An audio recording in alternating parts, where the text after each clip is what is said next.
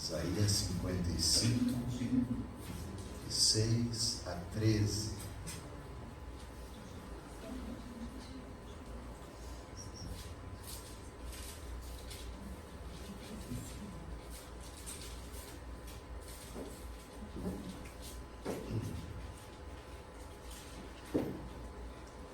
Vamos lá? Buscai o Senhor enquanto se pode achar, invocai-o enquanto está perto. Deixe o perverso o seu caminho, o iníquo os seus pensamentos. Converta-se ao Senhor, que se compadecerá dele, e volte-se para o nosso Deus, porque é rico em perdoar. Porque os meus pensamentos não são os vossos pensamentos, nem os vossos caminhos, os meus caminhos, diz o Senhor. Porque assim como os céus são mais altos do que a terra, assim são os meus caminhos mais altos do que os vossos caminhos, e os meus pensamentos mais altos do que os vossos pensamentos. Porque assim como descem a chuva e a neve dos céus, e para lá não tornam, sem que primeiro reguem a terra, e a fecundem, e a façam brotar, para dar semente ao semeador e pão ao que come, assim será a palavra que sair da minha boca, não voltará para mim vazia, mas fará o que lhe apraz e prosperará naquilo para que a designei. Saireis com alegria e em paz sereis guiados. Os montes e os outeiros romperão em cânticos diante de vós, e todas as árvores do campo baterão palmas. Em lugar do espinheiro crescerá o cipreste, e em lugar da sarça crescerá a murta. E será isto glória para o Senhor e memorial eterno que jamais será extinto. Vamos orar mais uma vez. Te agradecemos, Pai, pela possibilidade de estarmos aqui, Senhor, reunidos, corpo de Cristo, para juntos sermos edificados por meio da Tua palavra, por meio do Teu Espírito, Senhor. E aqui experimentamos esta doce comunhão, onde a nossa fé é fortalecida, Senhor, e somos encorajados a prosseguir. Reconhecemos aqui a Tua preciosa graça sobre as nossas vidas, Tua graça que tem nos alcançado a cada dia. Te agradecemos também pela leitura desta porção tão rica da Tua palavra, Senhor. Fala aos nossos corações. Assim te pedimos, e que tudo seja para a Tua glória, Pai. Em nome de Jesus. Amém. Então, nós estamos aqui, irmãos, aprendendo nesse texto a ver com cuidado as marcas, as características que acompanham um genuíno cristão. Essas 5 marcas estão aqui, não é? Quais são essas características de um genuíno cristão? Um nascido de novo, um autêntico nascido de novo em Cristo Jesus. Primeiramente, ele tem o quê? Um anseio por Deus, então ele busca. É a primeira palavra aqui, né? Busca. A segunda característica está no versículo 7. Ele deixa. Ele está aprendendo a deixar. Né? A terceira palavra, o terceiro verbo, né? Porque todo verbo é ação. E a ação, então, é a maneira como esse genuíno cristão se comporta. Né? É que ele está sempre se renovando. Renova-se. Né? E a quarta característica é que ele desfruta. Ele aprende a desfrutar dessa sua vida, dessa sua nova vida em Cristo. E finalmente, o último verbo é crescer, que está também aqui no texto de Isaías. Não é? Então, um cristão que de fato nasceu de novo, não é só nominal, ele está crescendo no Senhor à medida que caminha com o Senhor. Então, só brevemente, claro, recapitulando, a primeira característica é a busca. Todo cristão que nasceu de novo, de fato, tem um desejo por Deus, um anelo por Deus e busca. Isso está então no versículo 6. Né? somos encorajados a buscar o Senhor. Enquanto Ele está perto, invocar o seu nome. Né? Então falamos aqui que a forma mais profunda, íntima, próxima de buscar o Senhor é invocar o seu nome. É por isso que está aqui, invocai o seu nome. A simplicidade de invocar o nome do Senhor. E Ele está perto. Salmo 145, versículo 18 diz isso. Perto está o Senhor dos que o invocam. Aí repete o salmista, dos que o invocam em verdade. E nós vimos que no Novo Testamento os primeiros cristãos ficaram conhecidos por serem os chamados de invocadores do nome do Senhor. Isso vimos também em vários textos. E eu aqui me lembro do primeiro mártir da história da igreja. Quem foi o primeiro mártir da história da igreja? Estevão. E a palavra fala lá em Atos capítulo 8, versículo 59, assim: e apedrejavam a Estevão, que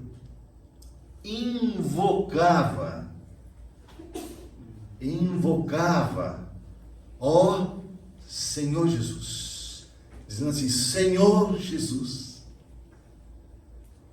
recebe o meu espírito.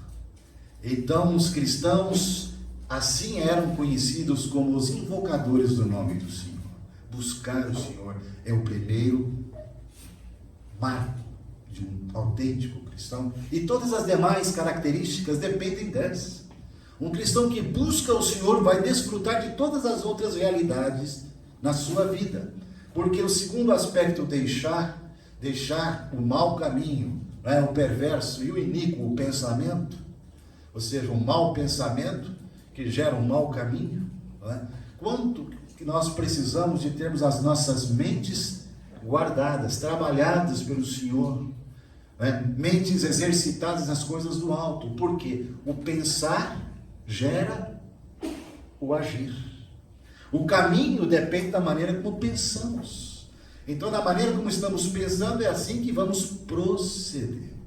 Por isso temos que cuidar tanto dessa questão da renovação da nossa mente. Me lembra aqui de Filipenses 4, quando fala da ansiedade e dos pensamentos acelerados, porque todo ansioso tem seus pensamentos muito acelerados. O que acontece então ali, que Paulo então, quando vai terminando o assunto, ele diz lá no versículo 7 do capítulo 4, e a paz de Deus, que excede todo entendimento, guardará o vosso coração, e aí ele diz, e a vossa mente. Precisamos de ter a nossa mente guardada. Mas em quem? Paulo conclui, guardará a vossa mente em Cristo Jesus. Passamos então para o terceiro ponto, que é a questão de nós estarmos sempre renovando as nossas vidas diante de Deus. E vimos a importância da palavra de Deus nesse processo de sermos renovados. Por isso que os versículos que começam a partir do versículo 10, quando fala de chuva descendo, a neve dos céus, tudo fala de frescor. E nós precisamos desse frescor na nossa vida. O renovar tem a ver com frescor. Mas esse renovar com frescor é uma relação que nós temos que ter com a palavra de Deus, porque aqui está no contexto da palavra de Deus. Não temos a palavra de Deus, queridos irmãos, apenas como uma fonte de informação, de trazer conhecimento, de nos mostrar as verdades de Deus, as doutrinas que são tão abençoadas, necessárias para a nossa vida. Mais do que o estudo da Bíblia, da leitura da Bíblia, mais do que isso, indo mais além, é termos um relacionamento de frescor, de vida com a palavra do Senhor. Então trouxemos aqui a questão prática de orar, ler a palavra. É você procurar de manhã, por exemplo, textos da palavra, nos salmos, ou seja, em lugares ricos da palavra do Senhor, que são tantos, para nós orarmos em cima da palavra e repetirmos e desfrutarmos palavra por palavra, frase por frase, lembrando do Senhor, orando na palavra, e a palavra assim gerando vida em nós. Amém, irmãos? Como precisamos dessa relação com a palavra do Senhor, né? Vocês se lembram lá de Deuteronômio 32, né?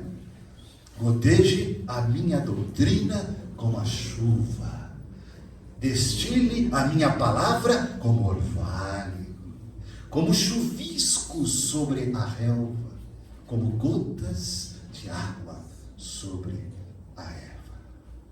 Frescor com a palavra do Senhor. Agora, finalmente, estamos entrando nos dois últimos aspectos que marcam um cristão. A questão de desfrutar. Ah, meu irmão e minha irmã, nós somos privilegiados. Nós temos muito por que nos alegrarmos, nos regozijarmos e desfrutarmos do nosso Senhor. Porque nós ganhamos muito. Nós ganhamos tudo. Não nos falta nada. Nós temos tudo em Cristo. Me vem aquela oração de Paulo em Efésios, capítulo 1, quando ele diz: bendito Deus e Pai de nosso Senhor Jesus Cristo, que nos tem abençoado com toda sorte de bênçãos nas regiões celestiais em Cristo Jesus. Oh, irmãos e irmãs, temos muito que desfrutar, temos muito que exultar. Porque aqui, se você percebe, a partir do versículo, então, 12, a palavra fala de expressões que denotam o desfrute de um cristão que realmente nasceu de novo.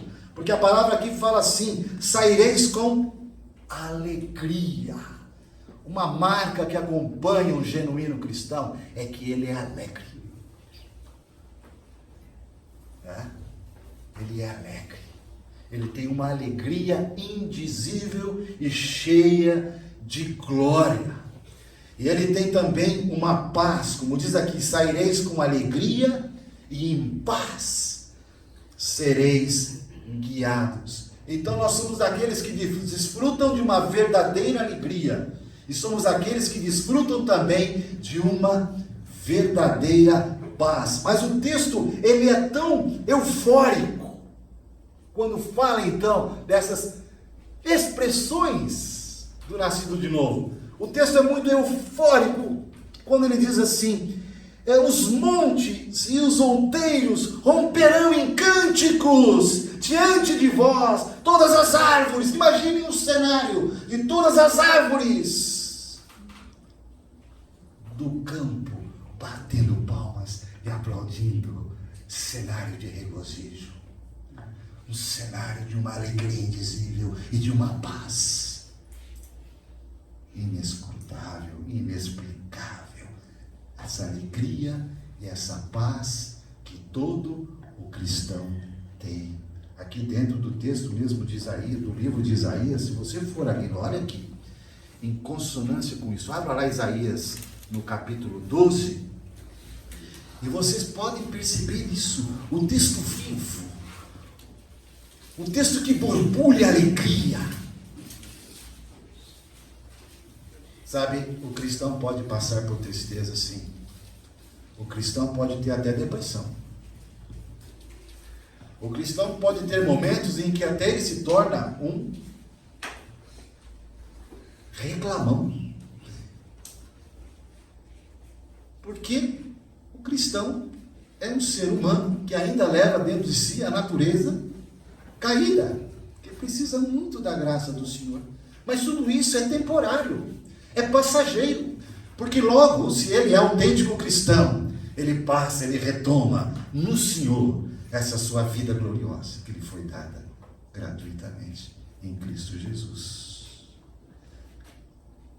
Isaías capítulo 12, a partir do versículo 3, vós com alegria tirareis água das fontes da salvação.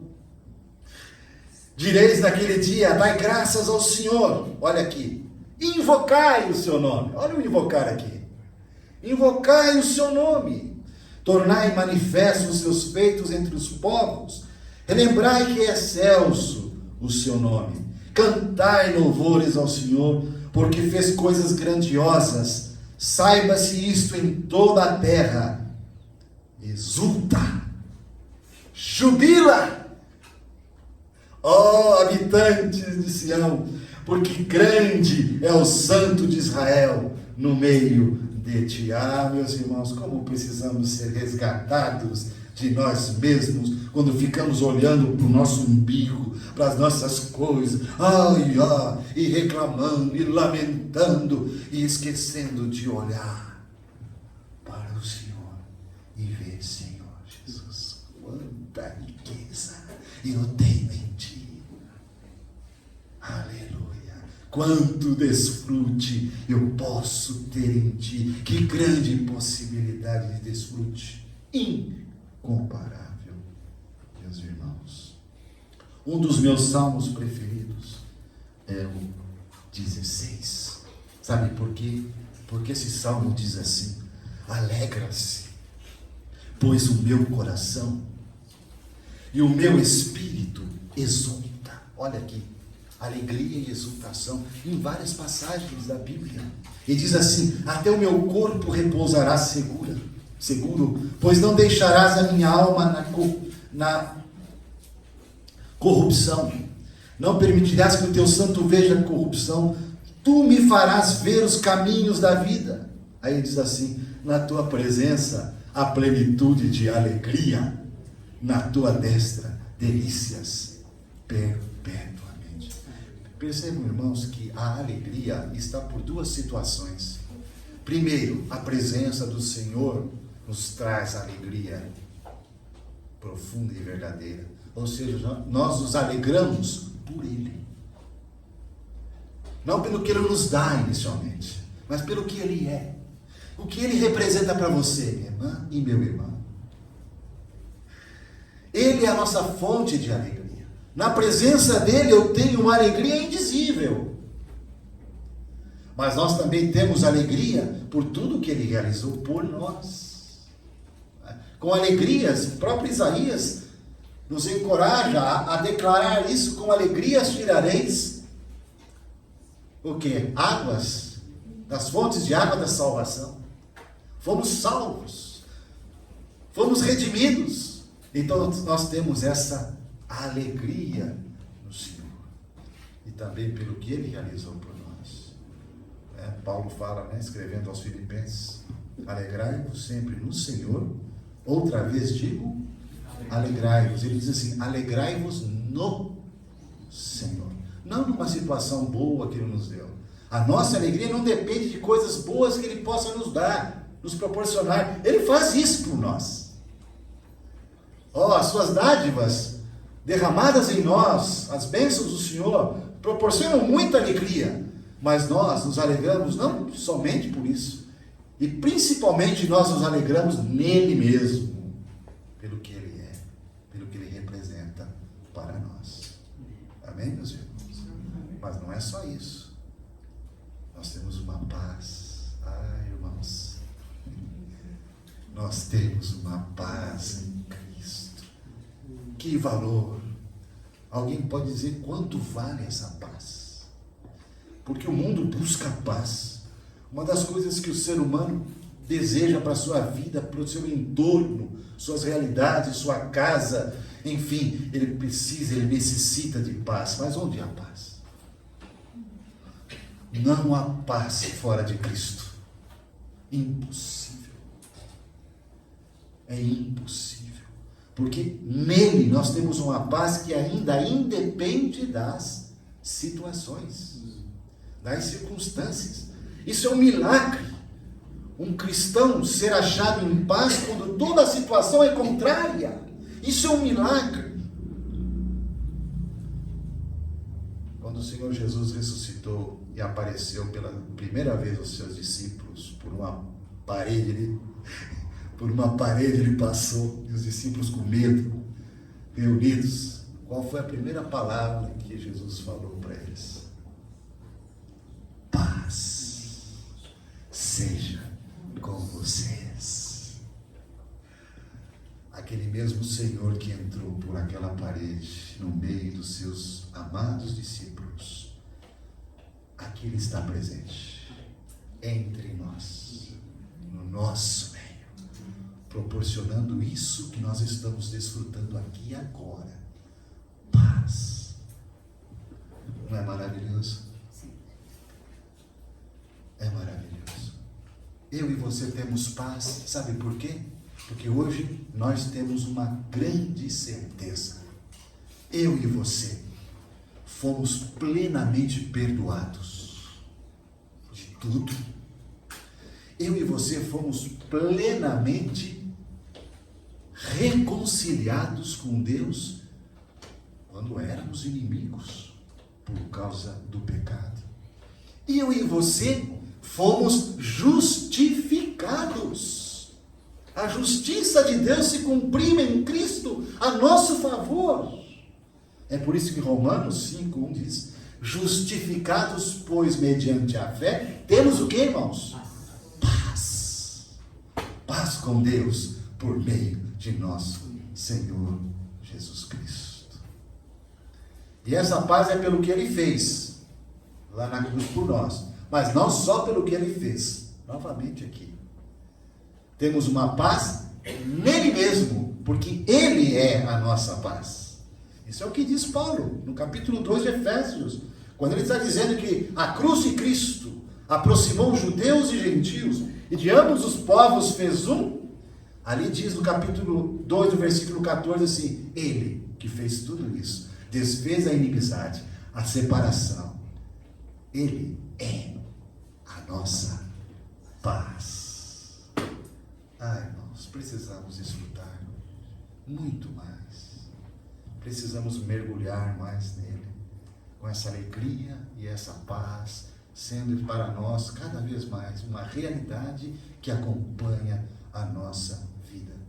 Quando chegarem os dias de provação, que certamente vêm para todos nós, os dias mais difíceis da nossa vida que ainda estão por vir. Quando eles vierem, nada, ninguém poderá tirar de nós o que nos foi dado nele. Ninguém pode mais roubar a nossa alegria, ninguém pode mais roubar a nossa paz, porque o que nós temos está nele, que está em nós, que é a nossa vida. Cristo é a nossa vida. Amém, meus queridos irmãos? Vamos desfrutar disso. Romanos capítulo 14, versículo 17 diz assim, que o reino de Deus não é comida e nem bebida, mas é justiça. A justiça foi cumprida. Já falamos disso. Se a justiça foi cumprida, o que é que nós temos como resultado? Ali diz, não é comida nem bebida, mas justiça. Aí diz, alegria, já falamos aqui, e paz. Alegria e paz. Por meio do nosso Senhor Jesus Cristo. Essa é a nossa porção. Estamos no reino de Deus, irmãos. E nesse reino a atmosfera é de justiça, alegria e paz. Que eu e você possamos aprender a desfrutar mais dessas tão ricas dádivas que já são nossas em Cristo, no nosso dia a dia. Vamos nos lembrar mais disso. Amém? Amém. E por fim, o cristão que é cristão, ele está sempre crescendo. O crescimento é algo fundamental. E crescendo em todos os aspectos da vida. Eu separei alguns textos que eu vou lendo para os irmãos. Em 2 Coríntios capítulo 10, versículo 15, diz assim: tendo esperança de que crescendo, olha aqui o crescer, aí Paulo diz, a vossa fé. Crescendo a vossa fé, seremos sobremaneira engrandecidos entre vós. A fé foi dada a nós, cada um de nós ganhou a fé, é um presente de Deus. E ela é dada como uma pequena semente de mostarda. Mas essa pequena semente vai crescer. Que a nossa fé possa estar aumentando. A fé precisa crescer. E precisamos crescer em outros aspectos. Por exemplo, em 1 Tessalonicenses 3,12 diz assim: e o Senhor vos faça crescer e aumentar no amor. Precisamos crescer também no amor. E em 2 Pedro 3,18 diz assim: antes, crescei na graça e no conhecimento de nosso Senhor e Salvador Jesus Cristo. A Ele seja a glória, tanto agora como no dia eterno. Então, crescer na fé, crescer no amor. Irmãos, um grupo menor como o nosso aqui, as possibilidades de nós estarmos entre nós em comunhão, crescermos nas manifestações, demonstrações de amor, uns para com os outros, de cuidado um para com o outro, não é? E estimulando também a fé, nós podemos crescer juntos, bem? É claro que cada um de nós individualmente temos que estar experimentando esse crescimento para chegarmos aqui com uma realidade coletiva de crescimento. Se cada um de nós está crescendo, e cada um cresce, é proporcional à maneira como nós nos relacionamos com Ele. Quanto mais comunhão com Ele, crescimento, é claro, maior nós vamos obtendo na nossa caminhada. Então, crescer na fé, crescer no amor, crescer na graça e no conhecimento dEle. Efésios 4,15 diz assim: mas seguindo a verdade em amor. Aí Paulo diz assim: cresçamos em tudo. Cresçamos em tudo. Nós precisamos crescer. Nós não podemos estacionar na fé. Sabe por quê? Porque se nós estacionamos, nós, ainda que sejamos cristãos, que sejamos salvos, a gente não perde a salvação, mas a gente pode ter uma estatura pequena. Podemos ser crianças em Cristo, não amadurecidos. E o Senhor deseja que nós tenhamos uma estatura. Qual é o padrão da estatura? Cristo, varão perfeito.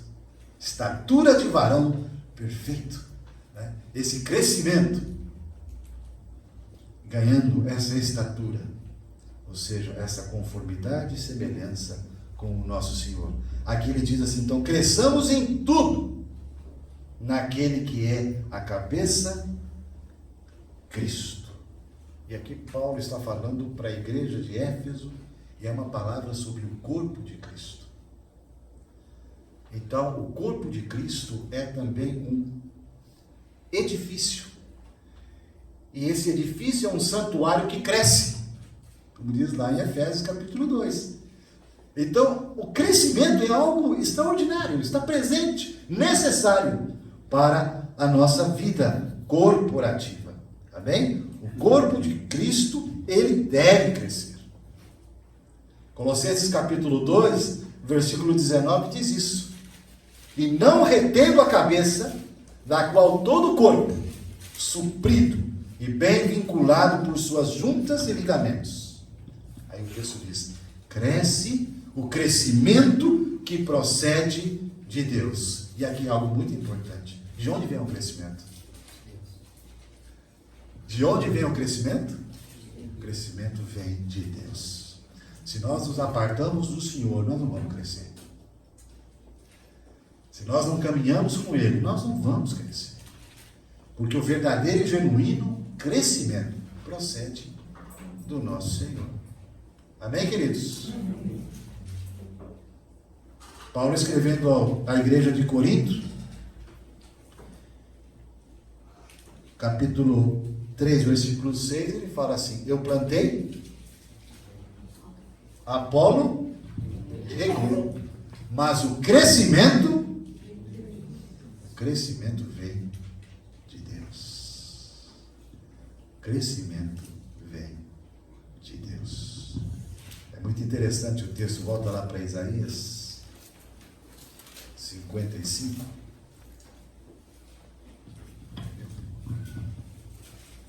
Deixa eu ver aqui, deixar aqui o relógio. Eu estou sem relógio, meus irmãos, para não passar o tempo. Isaías 55 aqui, irmãos, no final, quando ele disse sobre crescimento, o versículo 13, né? Olha o que diz aí: em lugar do espinheiro crescerá o cipreste, e em lugar da sarça crescerá a murta, e será isto glória para o Senhor e memorial eterno que jamais será extinto. É interessante que quando fala de crescimento, ele cita dois tipos de vegetal, mas vegetal, vamos dizer assim, negativo, que é aqui ele fala do espinheiro e da sarça. A sarça todo mundo já ouviu falar bastante, né? Aquela experiência de Moisés, né? Moisés diante da sarça que ardia e não se consumia. Mas tanto a sarça como o espinheiro têm em comum uma coisa: espinho. Tem muita gente que você vai abraçar, em vez de estar abraçando um cipreste, está abraçando um espinheiro, porque está cheio de espinho, para ferir, para mágoa, ressentimento e tudo mais, né? Aqui a palavra, quando fala de crescerá o cipreste, sabe o que é um cipreste? Você conhece planta? Cipreste, o que é isso? É uma árvore da família das coníferas. Conífera vem do quê? De cone, né? São aquelas árvores que podem chegar a uma altura de 25 metros. E elas crescem assim, em forma de cone, apontando para o alto. Ou seja, um crescimento vertical em direção aos céus, apontando para lá, subindo. Uma árvore ornamental extraordinária, principalmente no Oriente, dando essa conotação de crescimento vertical para o céu, para o alto, né? Crescimento espiritual genuíno, né? E a murta, não é murta de trânsito, desmineiro, né? Murta é uma pequena árvore, diria que arbusto, não é? É um arbusto. Mas sabe qual é a característica da murta? Ela era muito usada em todos os rituais religiosos, não só da tradição judaica, mas também da mitologia grega e romana. Estava sempre presente a murta nos rituais religiosos. Então, de uma certa forma, podemos dizer que a murta está ligada à questão da espiritualidade, ainda que nesses eventos eram eventos totalmente de idolatria e outras coisas mais contrárias a Deus, mas ela tem essa característica de estar ligada a culto. E ela dá uma flor branca e com fruto, e ela tem um perfume que de longe se sente o perfume da murta. E a murta era muito usada também como cerca viva, porque alguns tipos, tem mais de 140 espécies de murta. E algumas chegam a 3 metros de altura, 5 metros podem chegar.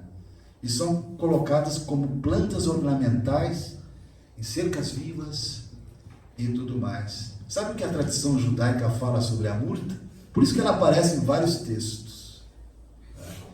Aqui, por exemplo, vou dar um exemplo, vamos lá, Isaías 41, abre aí. Vocês verem que vai aparecer junto aqui. Entre outras, né? Aqui tudo planta boa. Isaías 41, versículo 19. Olha o que o Senhor faria, a promessa de Deus. Plantarei no deserto. Você já viu alguém, Mário, plantar alguma coisa no deserto? Tem lógica? Não tem, né, Mário? Não tem. No deserto só tem cacto.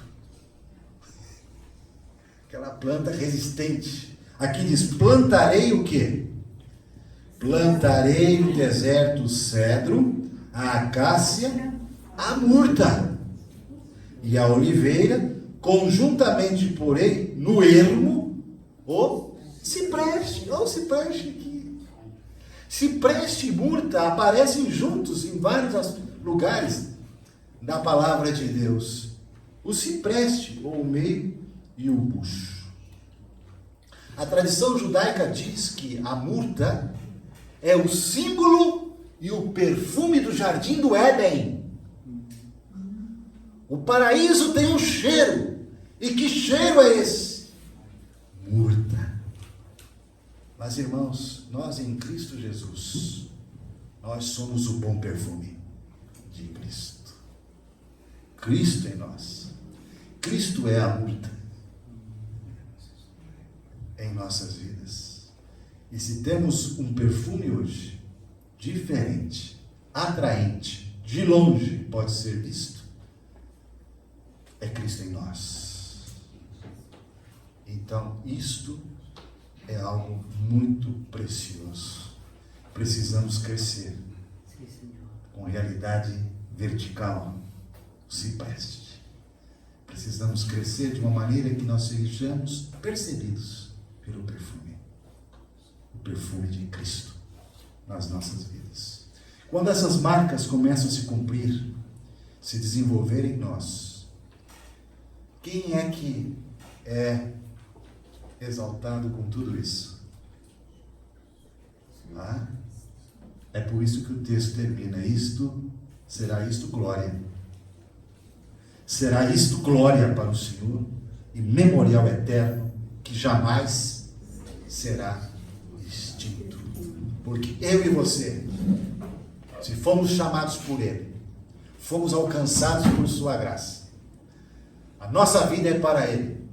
E tudo que fizermos aqui, o nosso foco, a nossa vida, o nosso coração, o que temos, o que somos, tudo deve convergir para a glória do Senhor. Irmãos, essas marcas que estão aqui de um genuíno cristão podem estar em paralelo com o Sermão do Monte, quando Jesus falou das bem-aventuranças. Bem-aventurados, bem-aventurados, bem-aventurados. Ele está dizendo ali nas bem-aventuranças as marcas, as características de um genuíno cristão. Com todas aquelas realidades ali. Não é? Começando por bem-aventurado os humildes de espírito, os pobres de espírito. Não é? Que na verdade é como se começa aqui Isaías 55, para buscar o Senhor e invocar enquanto está perto. E nós vimos que invocar o Senhor é uma demonstração de fragilidade. Porque quando eu digo Senhor Jesus, é porque eu estou numa total dependência dele e somos bem-aventurados quando assim procedemos. Então, as bem-aventuranças do Sermão do Monte são as marcas de um genuíno cristão. E quando ele termina as bem-aventuranças, como aqui termina então em Isaías a mesma coisa, o que é que diz lá o texto no capítulo 5 de Mateus? E assim brilhe a vossa luz diante dos homens, para que, vendo as vossas obras, glorifiquem a Deus, amém, que está nos céus. Não é isso que diz o texto? Vosso Deus e Pai, que está nos céus. Amém, meus irmãos? É para a glória dele.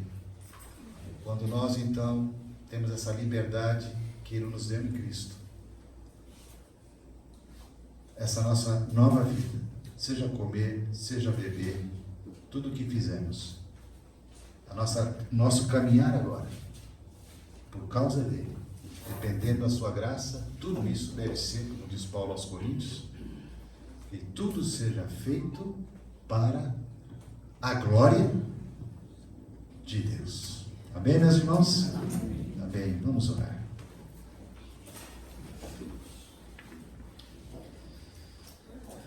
Pai de amor, aqui estamos nesta noite agradecidos, porque o Senhor nos alcançou. Se nós temos um anseio e uma busca por Ti, sabemos que é o Senhor tocando nos nossos corações e nos atraindo. E que bom que podemos invocar o Teu nome, Senhor Jesus, na certeza de que o Senhor está perto, que o Senhor é o nosso Emmanuel, Deus conosco, um Deus que habita em nós. Te agradecemos porque podemos, nesse caminho de estar deixando o velho homem, com seus maus caminhos, seus maus pensamentos. Sabemos da certeza que nós podemos voltar para o Senhor em arrependimento, convertendo-nos ao Senhor na caminhada, certos que o Senhor é rico em perdoar. E isso nos encoraja, Senhor. Nós clamamos para que as nossas mentes sejam renovadas e assim o nosso caminhar seja para a Tua glória. Guarda as nossas mentes em Cristo Jesus, Pai, te rogamos. Que a nossa vida seja com frescor. Que não sejamos esses cristãos acabrunhados, enfadados, secos, que cumprem uma religião apenas formal. Livra-nos dessa vida miserável. Não foi para isso que o Senhor nos chamou.